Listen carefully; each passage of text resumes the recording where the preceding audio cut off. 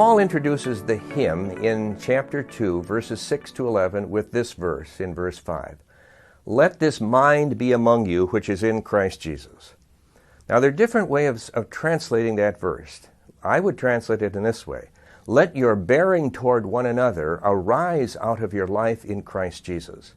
Paul is citing this hymn now that follows in the next 6 verses, not as a way of saying, now I'm calling you to imitate Christ. No.